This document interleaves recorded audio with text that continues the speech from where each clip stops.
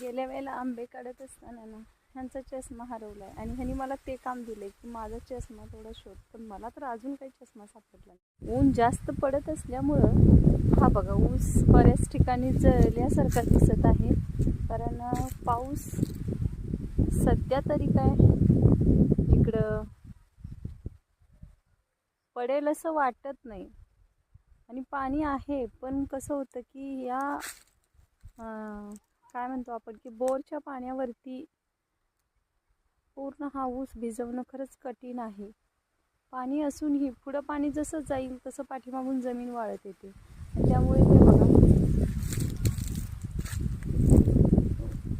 हा ऊस किती पिवळा पडलेला आहे. हेच जर पाणी असतं ना हा ऊस अगदी हिरवागार दिसून आला असता. सो काही वेळ मी चष्मा शोधल्यानंतर एका झाडाच्या खाली मला तो सापडला. मला खूप आनंद झाला.